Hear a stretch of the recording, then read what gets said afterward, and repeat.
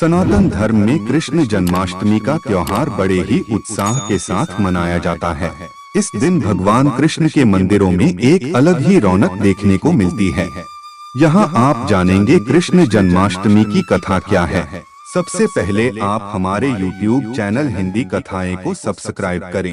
हर साल भादो मास में कृष्ण जन्माष्टमी का त्योहार मनाया जाता है, जो इस साल 26 अगस्त को मनाया जा रहा है। ये पर्व कृष्ण जी के भक्तों के लिए बेहद खास होता है। इस दिन श्रद्धालु व्रत रखते हैं और विधि विधान से कृष्ण जी की पूजा करते हैं, साथ ही उनकी कथाएं सुनते हैं।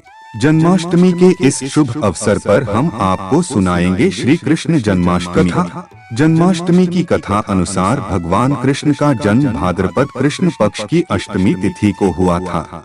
भगवान कृष्ण के जन्म के समय जेल के द्वार खुद ब खुद खुल गए थे और पहरा देने वाले पहरेदार गहरी नींद में सो गए थे। दरअसल भगवान कृष्ण का जन्म कंस के कारागार में हुआ था। कंस भगवान कृष्ण की मां देवकी का भाई थे।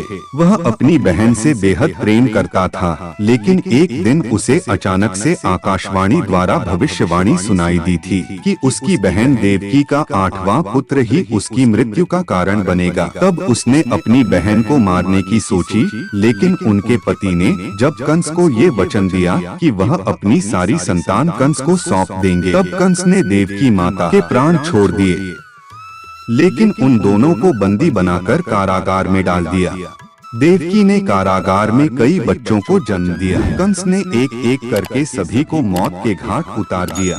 जब देवकी जी के 8वें बच्चे का जन्म लेने का समय था, तब कंस ने कारागार पर पहरा और भी ज्यादा बढ़ा दिया। लेकिन जैसे ही कृष्ण भगवान का जन्म होने को था, वैसे ही कारागार में दिव्य प्रकाश फैल गया। तब आकाशवाणी ने कृष्ण जी के पिता वासुदेव जी को निर्देश दिया कि वे बाल कृष्ण को गोकुल धाम में नंद बाबा के पास छोड़ आएं और वहां से उनकी नवजात कन्या को लाकर उसे कंस को सौंप दें। आकाशवाणी के बाद वासुदेव की हथकड़ियां अपने आप खुल गईं और कारागार पर पहरा दे रहे सभी पहरेदार भी गहरी नींद में सो गए। तब वासुदेव जी ने बालकृष्ण को एक टोकरी में रखा और उन्हें लेकर गोकुल धाम की ओर चल दिए। रास्ते में यमुना नदी को पार करते समय नदी का जल अचानक से उफान पर आ गया, लेकिन श्री कृष्ण के चरण स्पर्श करते ही यमुना शांत हो गई। इस तरह से वासुदेव जी ने बालकृष्ण को नंद बाबा और यशोदा के पास पहुंचा दिया और वहां से कन्या को मथुरा लाकर कंस को सौंप दिया।